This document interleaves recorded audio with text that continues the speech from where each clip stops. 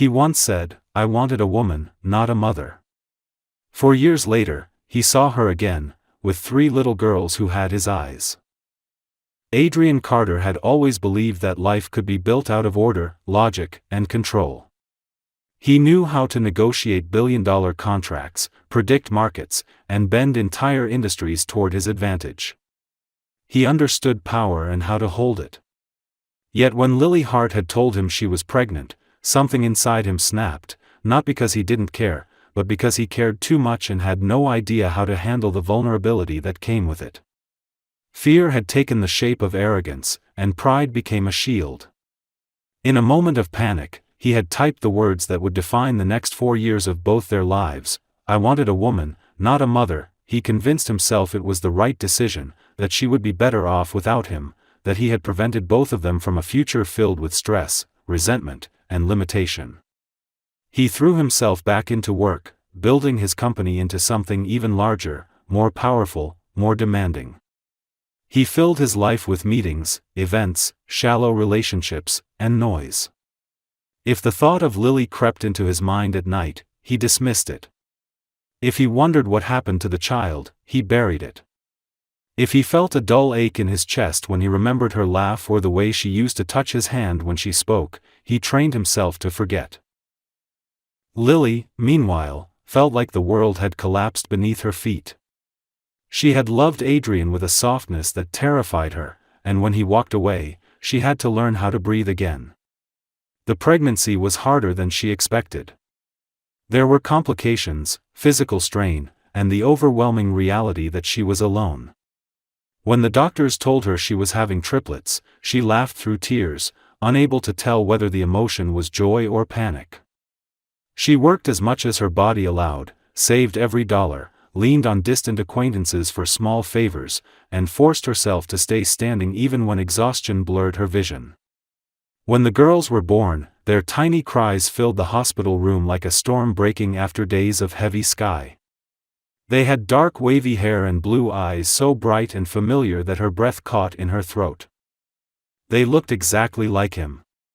For a moment, she almost hoped he would appear in the doorway, say he was sorry, say he would try, say anything at all. But the doorway remained empty, and she reached for her daughters with a heart both broken and fiercely alive. The first year was survival. She slept in short fragments between feedings. She learned to hold all 3 at once, to rock them in a rhythm that became instinct, to silence her own tears so she wouldn't wake them.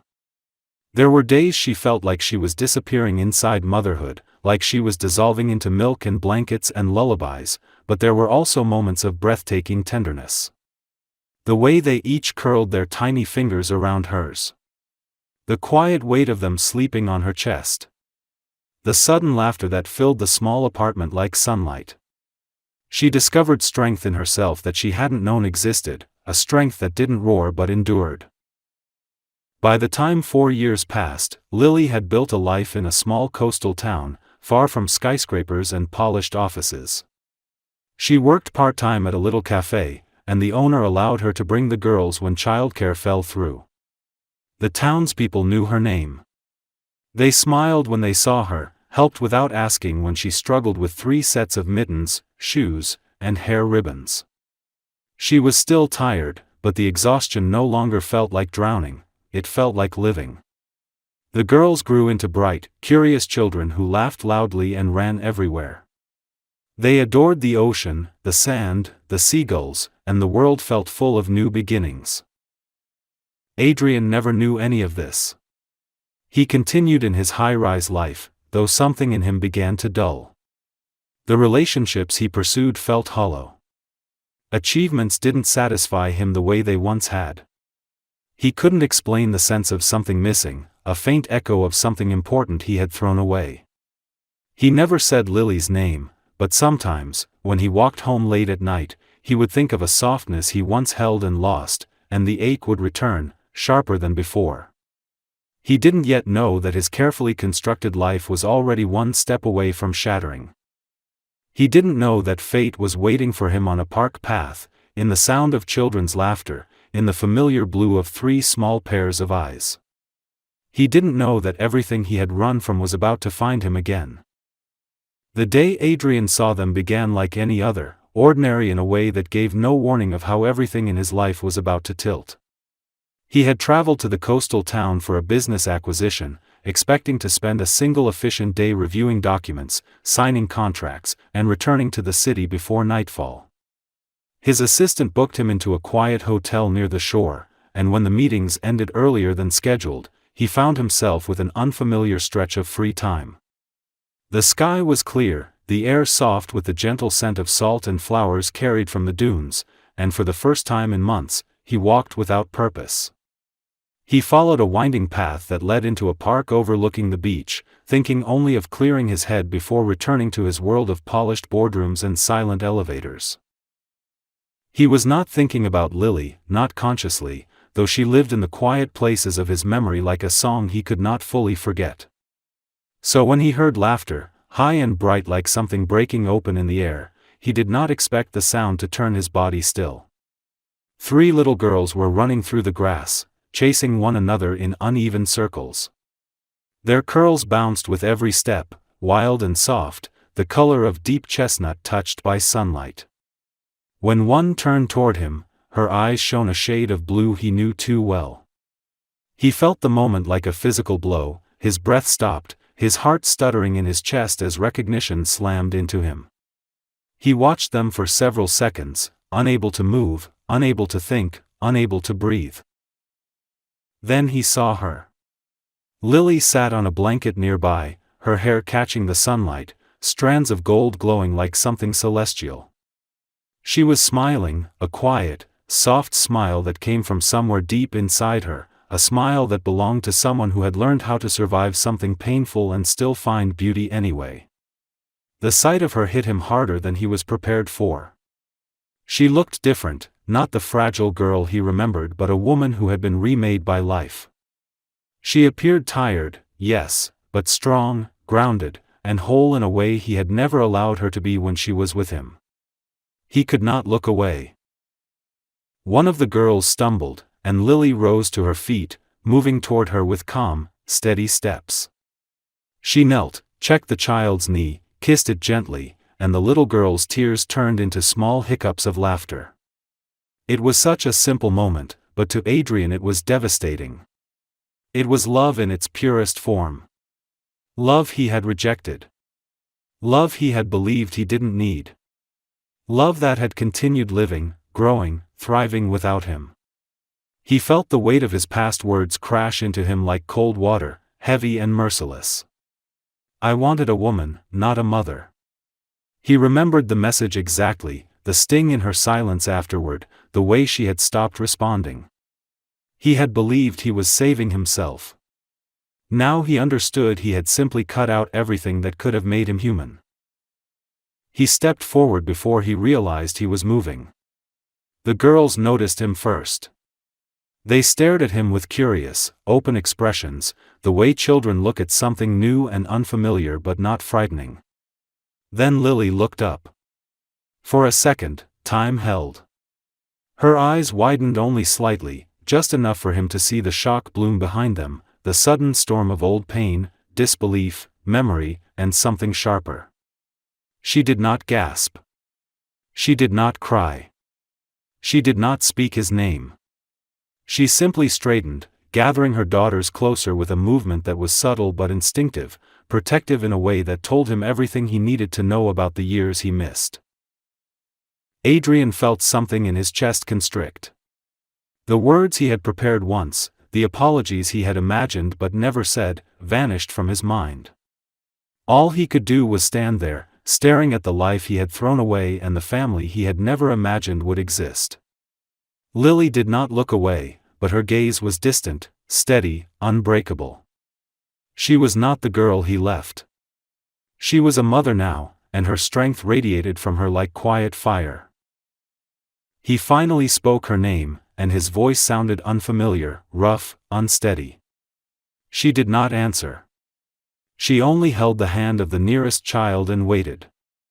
The silence between them felt like the ocean itself, vast, deep, and filled with everything that had been left unsaid. The moment was not a reunion. It was a reckoning. And Adrian understood, perhaps for the first time in his life, that love was never something he could control, dismiss, or step away from.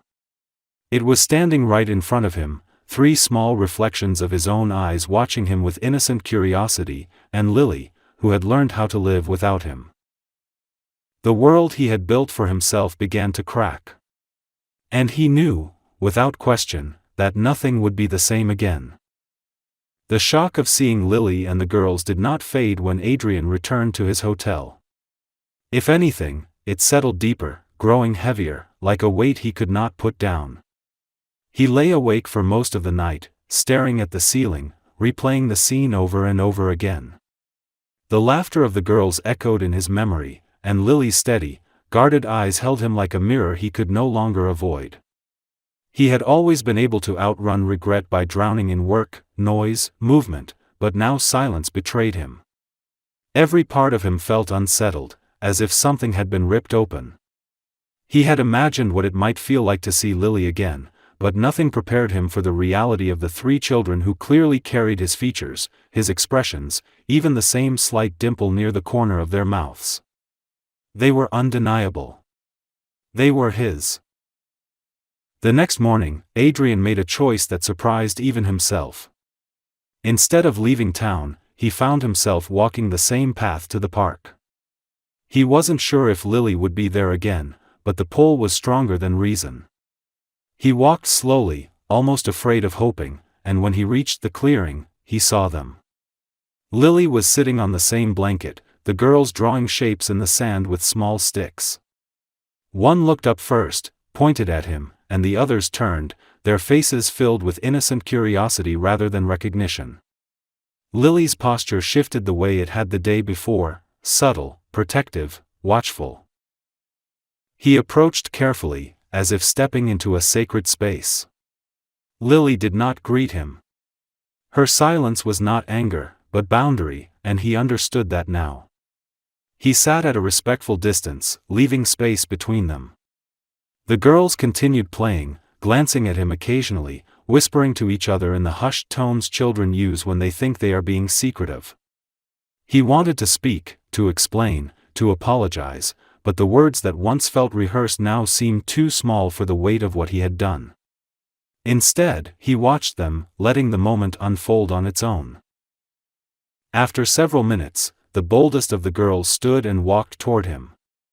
She had sand stuck to her palms and knees, and her curls framed her face like a halo touched by the wind. She looked up at him without fear. "Are you lost?" she asked, in the clear, bright voice of a child who has not yet learned caution. The question struck him in a way he did not expect. He felt something tighten in his chest before he answered softly, "Yes. I think I was." Lily's eyes flickered, just barely. The child considered his answer, then nodded, as if it made perfect sense, and went back to her sisters. Adrian tried to smile, but the emotion behind it was too raw. He swallowed and finally spoke to Lily, his voice quiet and steady. "I didn't know," he said. "I thought I could walk away and keep going. I thought leaving would protect everything I had built. I was wrong." Lily did not look at him right away.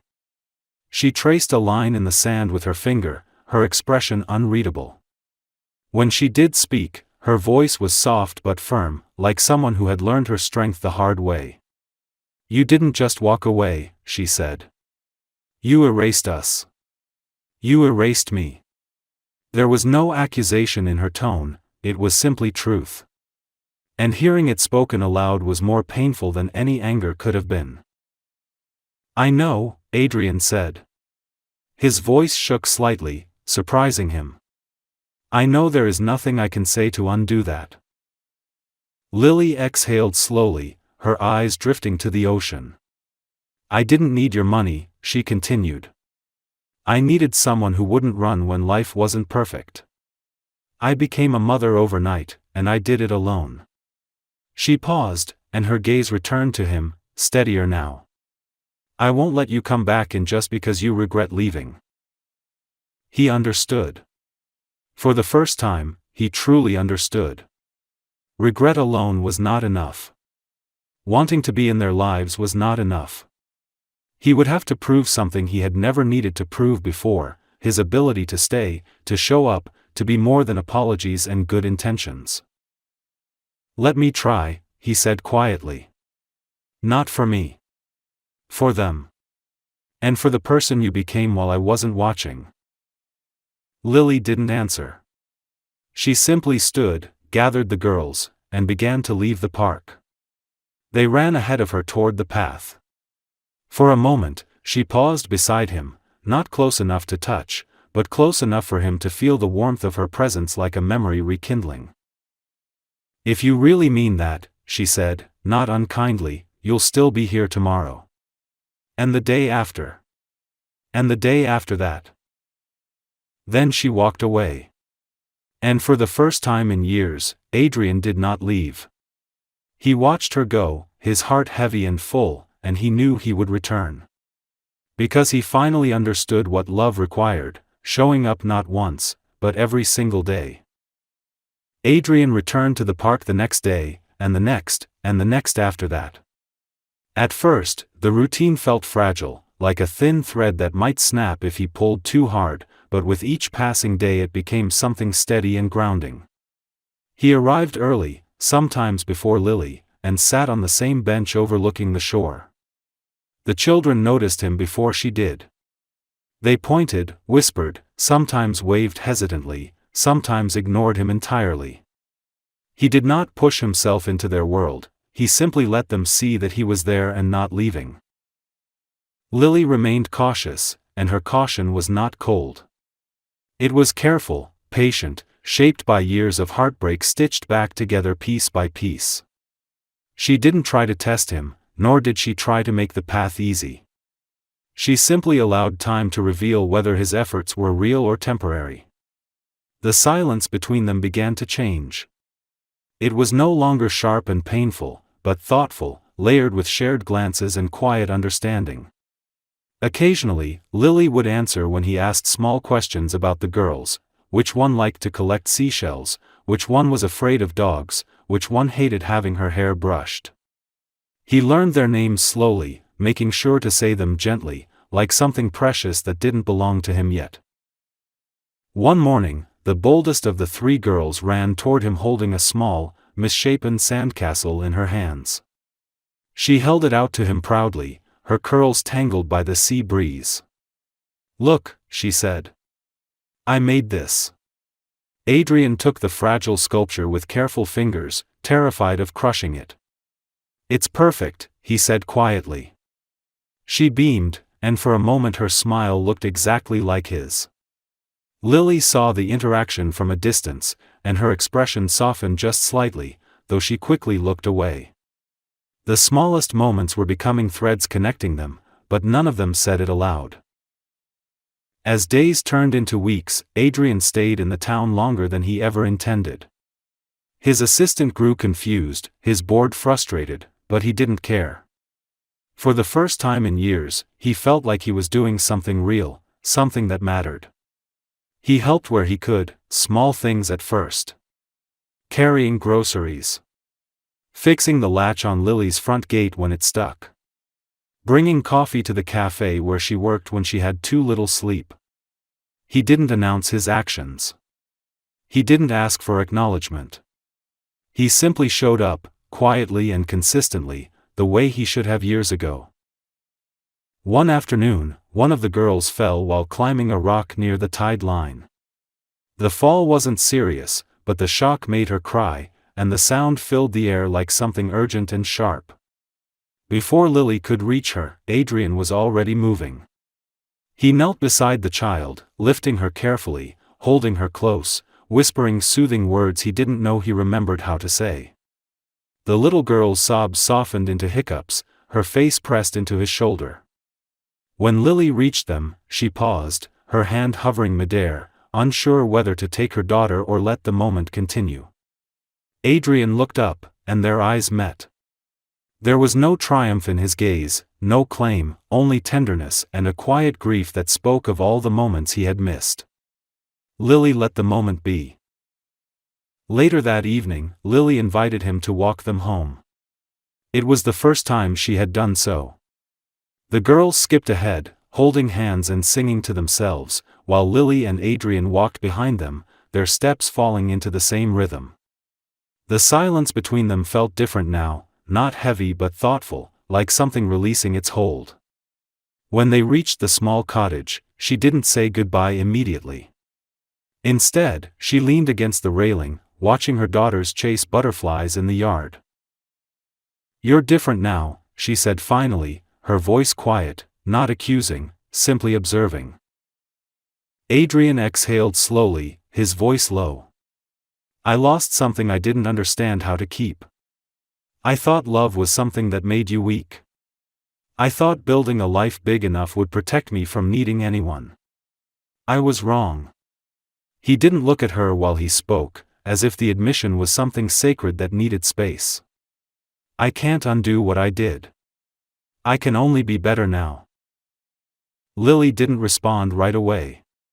She watched the children, the evening sun turning their curls into gold. Then she looked at him. There was no forgiveness yet, but there was no hatred either. Only memory, truth, and something beginning to soften. "I don't know where this leads," she said. "I don't know what you can be to them. Or to me." He nodded. "Whatever you allow me to be. I'll earn it." Slowly. She considered his answer, then gave a small, nearly invisible nod, the kind of nod that changes the direction of an entire life. The girls ran toward them, laughing, and Lily opened the door, calling them inside. She didn't invite him in, not yet. But before she stepped into the house, she turned back to him. For the first time in 4 years, she smiled at him. Not the girl she once was, but the woman she had become. It was small. It was enough. Something began to shift in the weeks that followed, not suddenly, but slowly, like the way the tide changes direction. You don't notice the exact moment, but one day you realize the water is moving differently. The town grew used to seeing Adrian with Lily and the girls. Sometimes they walked along the pier, the children taking turns holding his hands. Sometimes he sat with them on the sand, helping them build castles that were always washed away but always rebuilt again. The girls no longer stared at him like a stranger. They laughed with him, tugged on his sleeve when they wanted attention, climbed into his lap when they were tired. Lily watched all of this with careful eyes, but she did not pull them away. She allowed the connection to form, even as she guarded her own heart with a quiet, deliberate strength. One evening, the wind was warm and the sky was painted with streaks of orange and pink. Lily was closing the cafe where she now worked full-time. The day had been long, the kind of day where exhaustion settled between her shoulder blades. The girls were drawing with chalk on the sidewalk, their dresses dusted in pale pastel shades. Adrian was there too, not because she asked but because he simply showed up, the same way he had every day. He crouched beside the children, asking them questions about their drawings, and Lily found herself watching the scene with an expression she didn't realize she had, soft, thoughtful, almost gentle. When the cafe was finally closed and the sun had nearly disappeared into the sea, they began walking home. The girls ran ahead, their laughter echoing off the buildings. Adrian and Lily walked behind, side by side, but still with that small, respectful space between them. The silence was no longer tense, it was comfortable, something lived in and familiar. "You changed your whole life," Lily said after a while, her voice quiet but steady. Adrian kept his eyes on the horizon as he answered. "It didn't happen all at once. I just woke up one day and realized the things I had built didn't feel like my life anymore. I had everything I thought I wanted, but none of it meant anything." He paused, searching for words that didn't feel rehearsed. There was no warmth. No meaning. No home. Lily considered his words for a long moment before she responded. "Home isn't something you just find," she said. You build it. And rebuild it. Especially when it breaks. He looked at her then, really looked. She wasn't lecturing him or punishing him. She was telling him what she had lived. She had rebuilt her own heart piece by piece, and there was something deeply powerful in that. As they reached her house, one of the girls came running back, tripping over her own feet. She stumbled hard and began to cry, the kind of sharp cry children make when fear hurts worse than pain. Lily took a step forward, but Adrian reached the child first. He didn't panic or freeze. He knelt, gathered her carefully into his arms, and held her close, murmuring soft, steady words. The little girl clung to him, her small fingers gripping his shirt, her sobs quieting into tiny breaths. Lily watched, and something inside her cracked, not painfully, but like something long frozen beginning to melt. He wasn't playing the part of a father. He was simply being one. When the child finally calmed, Adrian carried her toward the house. The other two girls followed, talking softly to each other as if trying not to disturb the moment. Lily opened the door, and this time she didn't ask him to stop at the threshold. She stepped aside. He entered. The house was small but warm, filled with soft colors, children's drawings taped to the walls, stacks of toys in the corner, and the faint scent of vanilla from the candle on the kitchen counter. Adrian set the little girl down gently. She ran to her sisters, who pulled her into a tangled hug. Lily watched them, then turned to Adrian. Her voice was low, but there was no distance in it anymore. "Stay for dinner," she said. He froze, not from confusion but from the sudden surge of emotion he barely managed to contain. He nodded, his voice rough. "If you want me to." Lily didn't smile, but her eyes softened in a way that made breathing feel easier. "I wouldn't have asked if I didn't," she answered simply. They spent the evening cooking together, moving around each other in a kitchen smaller than any space Adrian had lived in for years. The girls sat at the table, swinging their legs, telling stories that overlapped and tangled so much they barely made sense, but the house felt full, bright, alive. For the first time in a very long time, Adrian didn't feel like a visitor in his own life. He felt present. He felt needed. And most of all, he felt home. The days that followed grew warmer, filled with long evenings and slow mornings. What had once been tension between Adrian and Lily was now something quieter, something unspoken but present, like a thread stretching gently between them. He did not stay every night for dinner, but often enough that the children no longer looked surprised to see him. Sometimes he helped Lily with bedtime, sometimes he only stayed long enough to walk them home. It was not a sudden reunion, not dramatic or rushed. It was something steady, careful, almost tender. Adrian moved slowly, because Lily had lived enough pain to know that words meant nothing without consistency, and he understood now that consistency was the only apology that mattered. One evening, rain fell surprisingly soft for a coastal storm. The streets were wet, the air thick with the scent of the sea. Lily was closing the cafe late because a supply order had been delivered off schedule. Adrian had been waiting with the girls, entertaining them with quiet stories while they sat on the counter coloring paper napkins. When Lily finally locked the door, the rain was coming down harder, and she hesitated, glancing at the distance they needed to walk home. Without speaking, Adrian took off his jacket and draped it around her shoulders. It was an instinctive gesture, done without thought or expectation. Lily froze at the feeling of the familiar weight and warmth, her breath catching softly, but she didn't remove it. The girls laughed as they ran ahead into the rain, and the two of them walked slowly, side by side, the streetlights glowing like amber halos in the mist. The walk would have been quiet, but Lily's voice broke the silence. "Do you ever think about what would have happened if you stayed?" she asked, her tone neither nostalgic nor accusing, only honest. Adrian exhaled, the sound long and heavy. "Every day," he answered. "But I can't change who I was then. I was afraid of losing control. Afraid of needing someone. Afraid of being needed. I thought power meant not relying on anyone.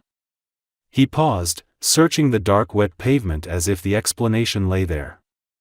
But everything I built to keep life under control ended up empty. I had success. I had respect. But it all felt like it belonged to someone who wasn't me anymore. Lily did not respond immediately. She absorbed his words the way she always did, quietly, deeply, without rushing. The rain softened around them, falling like a curtain of silver. I loved you then, she said at last. I loved you so much it felt bigger than anything I knew how to carry. When you left, I had to learn how to live without something I couldn't replace. Her voice didn't tremble, but it wasn't steady either. And now I don't know what I feel. Not yet. Adrian stopped walking. She took another step before realizing he wasn't beside her. She turned. His expression was open, unguarded, raw in a way she had never seen before, not even in the hardest moments of their past. You don't owe me forgiveness, he said. And I don't expect the past to disappear. I just want the chance to be here now. To be someone you don't have to carry alone. To be someone they can count on. And if that's all I'm allowed to be, I'll take it. I'll stay anyway. There was no plea in his voice. No pressure. Just sincerity, quiet and full. The rain kept falling between them, and Lily felt something in her chest loosen. Not surrender. Not conclusion. Only possibility. They resumed walking, and neither spoke again until they reached the house. The girls were already inside, peeling off wet clothes and giggling. Lily held the door open for him, silently inviting him in. He stepped over the threshold with the kind of reverence reserved for places that are not merely houses but hearts. Later that night, after the children were asleep, Lily sat at the small kitchen table with a mug of tea warming her hands. Adrian was about to leave when she said his name softly, stopping him. You stayed, she said simply. Through rain. Through everything uncomfortable. You stayed. He nodded. I will keep staying. There was no dramatic moment, no sweeping confession. Just that. A promise spoken quietly, and believed. Lily didn't ask him to sit, but she didn't ask him to leave either. They stood in the soft light of the kitchen, the kind of room that held the sounds of childhood and warmth, and something almost like peace settled between them. It was not love again. Not yet. But it was the beginning of something that could become love, now that both of them finally understood what love required. Summer arrived quietly, the days stretching long and golden along the coast. The town grew busier with visitors, but for Lily, Adrian, and the girls, life settled into a rhythm so natural it was almost fragile to touch. Breakfasts turned into shared routines. Adrian would stop by in the mornings, sometimes bringing fruit from the market or flowers the girls insisted on choosing. He never tried to overstep, but the girls began waiting for him by the window when they woke up. Their trust came not from grand gestures, but from presence, repetition, and the reassurance that he continued to show up day after day. Lily found herself watching him more often. Not with the dazed love she once carried, but with a curious, cautious wondering. She saw the way Adrian knelt when the girls spoke to him, how he listened without interrupting, how he learned each of their small personalities. The eldest was thoughtful, always observing before acting. He gave her space to think. The middle child was bold and loud. He let her climb on his shoulders and cheered her bravery. The youngest was shy and sensitive. He held her when she grew overwhelmed and never rushed her into the world. These were pieces of love he hadn't known how to express years ago. Now he learned them slowly, intentionally, as if every moment were a second chance he refused to waste. But healing does not happen in a straight line. One afternoon, Lily received a letter from the hospital. One of the girls had shown signs of a congenital heart condition during a routine checkup. It wasn't life-threatening, the doctor said, but it would require monitoring and possibly surgery in the future. The words were clinical on paper, but when Lily read them, her hands shook.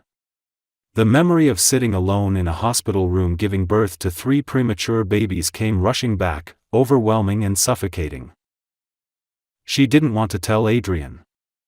Not because she didn't trust him, but because old wounds whispered that she was alone in this, that she had always been alone in this. She sat at the kitchen table long after the girls had fallen asleep, the unopened envelope beside her, feeling that old ache return. When Adrian knocked gently at the door, she didn't move at first. He stepped inside when she didn't answer, sensing the shift in the air. It didn't take him long to notice the letter. He didn't touch it. He simply sat down beside her, waiting. Lily's voice came slow and quiet, like someone learning to speak underwater. She explained the doctor's words, her fears, the memories she had never allowed herself to say aloud. As she spoke, her breath trembled, and for the first time in years, she cried not from exhaustion but from the weight of remembering how deeply she had once suffered alone. Adrian didn't speak. He didn't offer solutions. He didn't say it would be okay as if certainty were his to give. He just reached out, slowly, carefully, giving her time to pull away if she needed. She didn't. When his hand closed over hers, she let it stay. "I should have been there," he whispered, and his voice fractured. "I can't fix the past. But I'm here now. Whatever happens, doctor visits, surgeries, nights when you're scared and tired, I will be here. You don't have to do any of it alone ever again." Lily closed her eyes. The room was still except for the sound of her breathing in his. Trust wasn't something spoken into existence. It returned in pieces, in quiet nights, in shared fear, in hands held through something heavy. In the days that followed, Adrian accompanied them to the hospital for further tests. He held the smallest girl's hand when she lay on the examination table, whispering stories about waves and stars and impossible constellations. The child didn't cry. Lily watched him, her heart tightening with an ache that was no longer pain but something gentler, something opening. That evening, after the girls were asleep, she stood on the porch looking at the ocean. Adrian stepped outside a moment later, but he didn't approach her. He simply stood beside her, the way someone stands beside another person when they are learning how to breathe again. Lily spoke first. "I was afraid of letting you close. I thought if I did, I would lose everything I rebuilt." He turned his head to her, not pushing her to continue. "But I see now," she said, her voice soft but sure, "that maybe what I rebuilt was never meant to stay closed. It was meant to grow." This time, she reached for his hand. It was the first choice she had made toward him since the day he left. Not a return to the past, but the beginning of something new. The end of summer came with a softness that neither of them expected. The days grew cooler, the light changed, and the ocean breeze carried the scent of early autumn. Their lives had settled into something steady, not perfect, but real. Lily woke each morning without dread. Adrian no longer approached the house with hesitation. The girls no longer looked at him with the careful curiosity of strangers. They called him Dad in small, accidental moments at first, moments that made him freeze as if the world itself had paused to acknowledge it. The first time it slipped out, Lily watched his expression change slowly, like sunlight reaching something long covered in shadow. His throat tightened, his eyes lowered, and he simply nodded so the girls wouldn't see his tears. Yet even as peace began to take root, they knew that some things required conversations no one wanted to face. One evening, after the girls had fallen asleep, Lily and Adrian sat on the back steps overlooking the ocean. The sky was turning lavender, the kind of color that seemed to belong only to places where healing had been quietly happening for a long time. Lily wrapped a blanket around her shoulders, but the air wasn't cold. She just felt small in the moment, and vulnerability often made the world feel larger. Adrian broke the silence first, though his voice was soft enough to almost be mistaken for a sigh. He spoke not with confidence but with honesty, explaining how his arrogance had been built not on strength but fear, how the version of love he had once wanted was shallow and brittle because he had been shallow and brittle himself. He admitted that when Lily became pregnant, he hadn't known how to exist in a life that required tenderness. He had panicked. He had chosen pride. And then he had spent 4 years trying to drown the consequences of his own choices in work, money, and noise that could not silence his regret. Lily listened without interrupting. She had waited years to hear not excuses, but truth. When he finished, she didn't forgive him outright. She didn't offer absolution as if love were something that could be switched back on like light in a dark room. She spoke slowly, explaining how she had learned to build a life alone, how she had grown into someone stronger than the girl he once abandoned. She had learned to love herself in the space he left behind. She would not lose that version of herself just because he had finally learned how to stay. Adrian nodded. He didn't argue. He didn't ask. He simply said that he understood, and that he wanted not to replace the life she built, but to be part of it, if she would let him, if she chose it, not because of the past, but because of who they had both become. Months passed. The girl's condition was monitored carefully, and the fear that once felt enormous softened into something manageable, something faced together instead of alone. Their home filled with small laughter, with shared meals, with mornings that didn't feel like battles. Some days were hard. Some nights brought back old grief. But healing had stopped being a destination and had become the shape of their daily living. One afternoon, during the first cool days of fall, they returned to the same park where they had seen each other again for the first time. The trees were turning golden, the playground slightly quieter than it had been in summer. The girls ran ahead, chasing leaves and sunlight. Lily and Adrian walked slower, side by side, close enough that their hands brushed now and then without urgency. When she stopped, he stopped too. There were no grand declarations, no rehearsed speeches. She simply looked at him the way someone looks when they are finished running from their own heart. "I'm not promising a perfect life," she said, her voice steady. "I'm promising one you have to work for. One where you show up. Every day." Adrian nodded, his eyes soft and steady. "I want that. I want all of it." She reached for his hand, not with hesitation, but with the quiet certainty of someone choosing love not because she needs it, but because she wants it.